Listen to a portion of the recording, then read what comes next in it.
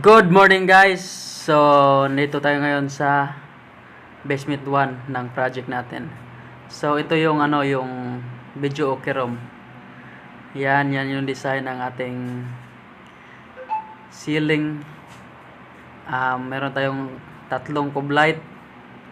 Tapos yung gilid ay naka-floated panel. So, yung flooring natin ay yan. Bali, floor mat siya na makapal. Bali 1/4 yung kapal niya. Yan. O 1/4 ba o mga 7 mm yung kapal niya. Sobrang kapal. So, ito naman yung maid's room. Yung ceiling natin dito ay PVC ceiling panel. Tapos yung mga pintuan na ginamit natin ay PVC. Solid na PVC yan. So, ito naman yung driver's room. Ay, baliktad pala. Driver's room yung kabila. Ito yung maid's room. So, ito, meron tayong ditong CR. Ayan yung CR nya. Maliit lang. So, sa kabila naman, ayan. Dito yung shower room. Pinagbukod siya. Tapos, sa gitna nilagyan ng lababo. So, ayan, PVC din yung natin dyan, yung ating pintuan. So, ayan yung lababo nya. So, ngayon, baba naman tayo dun sa basement 2. So, sa basement 2, ayan, sa pababa, sa hagdanan ginamit natin ay porcelain tiles na gray. So, dito naman sa flooring, ayan, gumamit tayo ng wood parquet. Ito pala yung yung half court. Bali, merong ilalagay dyan, yun yung ring. Merong ilalagay dito na half court. So, yun yung ring. Ayan, sobrang ganda lang half court. Meron pa mga spotlight. So, dito naman, ayan, yan yung ating cistern. Yan yung cistern tank. Ayan, nag-install na ng kisame. So, dito naman yung yung CR. Bali, dito sa gym, merong CR. Ayan, naka-granite yung countertop natin. Ayan, nakabit na din yung lababo, kulay white. Siyempre, sa ilalim yan, meron ding cabinet.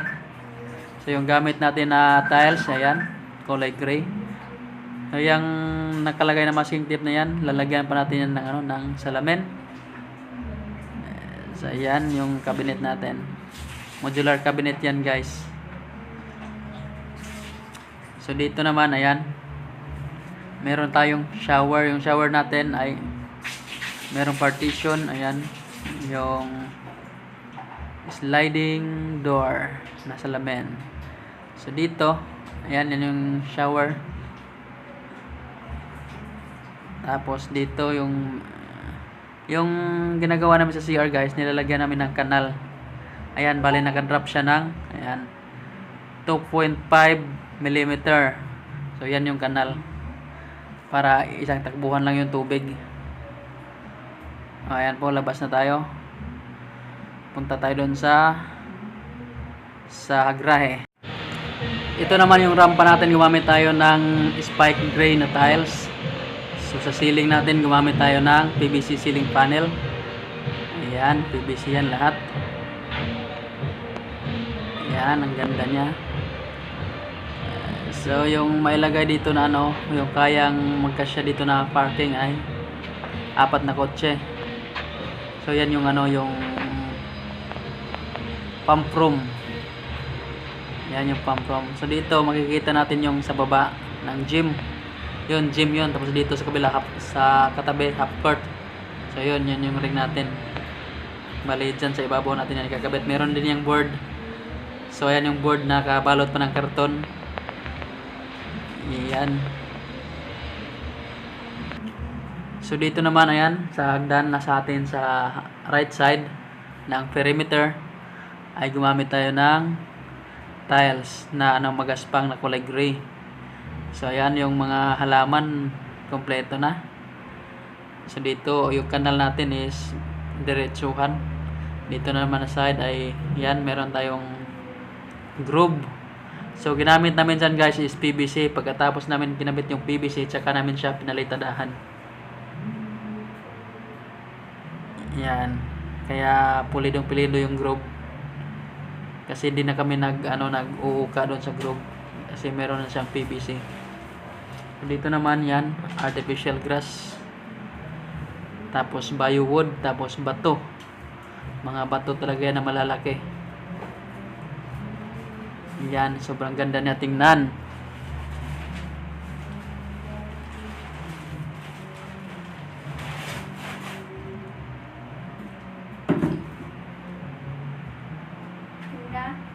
Tingnan.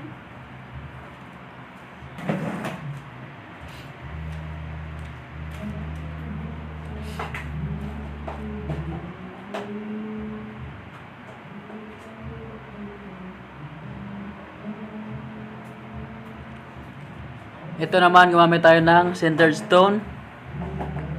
At yan, nandyan pa yung scaffolding kasi kinabit yung chandelier. Tapos yan, yung kortina natin, diretsuhan galing second floor hanggang baba. Bale yan ay motorized curtain yan. No, meron niyang motor, naka-automatic.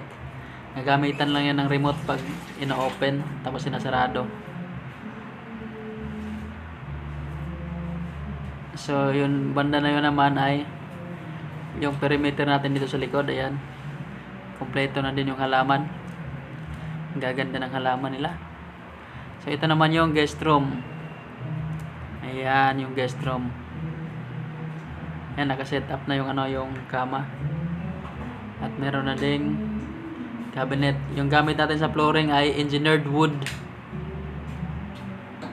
So ayan, nandyan na din yung TV. Yung TV console, tsaka cabinet. Kompleto na.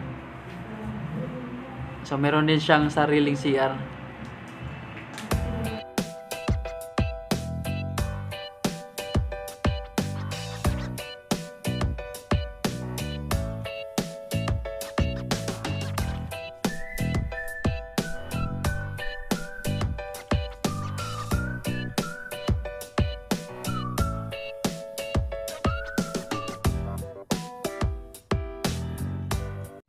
Ito naman yung pinaka main entrance natin. Yan yung service gate. Yung daan ng tao. Tapos dito sa right side ay yung gate ng para sa mga sasakyan. Yan. So yan, gumamit tayo dito ng tempered glass. Ayan yung hagdanan natin papunta doon sa my main door. So dito meron tayong lower. Gamit tayo biowood. So ayan yung halaman natin. Ang ganda ng pagka-landscape. Ayan, ito yung gate natin. Tubular. Tsaka biowood yung ginagamit natin na kulay gray. Sobrang ganda niya. Ayan po yung design ng gate natin.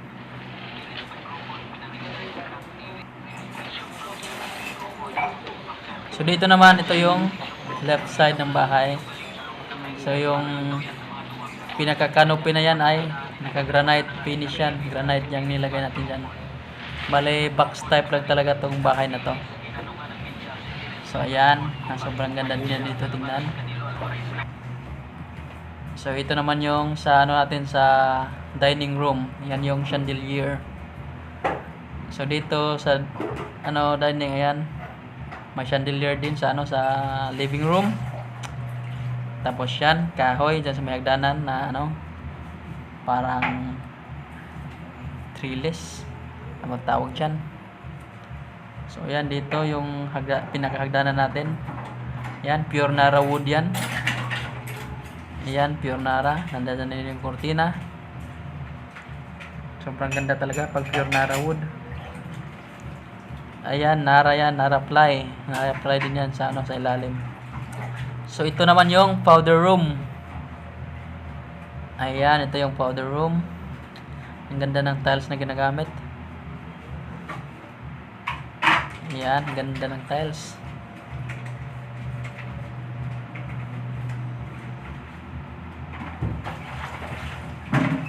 So ayan naman yung design ng lababo. Siyempre naka-granite din yan. Tapos merong cabinet sa ilalim. So yan, labas na tayo.